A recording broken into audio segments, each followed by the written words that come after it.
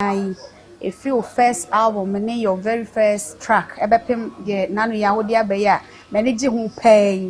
Why not throw on your mouth? One I will throw and I say, who will be our throw on your mouth? Radia dom. Me wo mo omoye behind me a. Okay. Omo me no mo tre anyo mame. Ebi won so amia na mnyai. Se na mi ka bo omoji na boatin. Ana na oti. Ebi omo bi nyame hia. Okay. So kakra na wo throw no. Inspiration it to say because ye nim say unuamu gospel artist so beka cho say o mada ye sumu ana nyame de ma me obi o adodo na so mu kodware na mo nya inspiration. Wo inspiration it to say me de ene de yeso mi kodware nya nyame de ma me na emu se me sorry awurade a metimi nyanyo. Okay. Ana me read bible so a metimi nyanyo. Okay. Ana me sa ko situation bi mu a nyame ema me nyomu. Okay. It is here can you now boom if 2013 ebepem nne a yete he onwom ye dodo sen. Nipa cho me nyuma ye ninim e de me fan say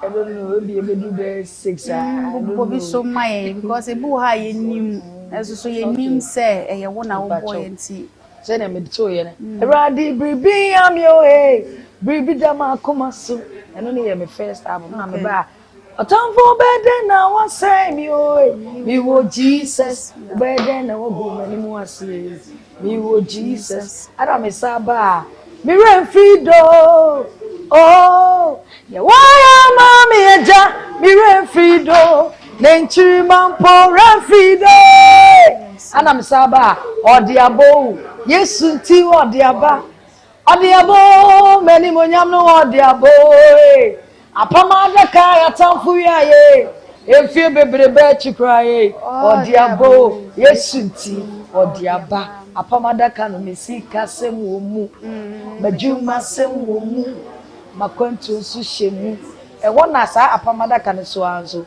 me de me fama sidan kami wo me fama ye kami wo me mu asida nyina ye wodia me mu ayeye nyina ye wodia me fama sidan kami we me fama ye kami wo me mu asida nyina ye wodia wate me mu ayeye nyina ye wodia ewrade nyewa o anka me kro me ne wanie se kwanya kesi ese yo ebebua ma enti masida jumye ewrade wow ana nyame ye maduma na mekofa ya ngasa ene enye me nyomba meka mekofa me ngasa me papa amachi dede enyom sufre wunyame ana me je no worship. Okay.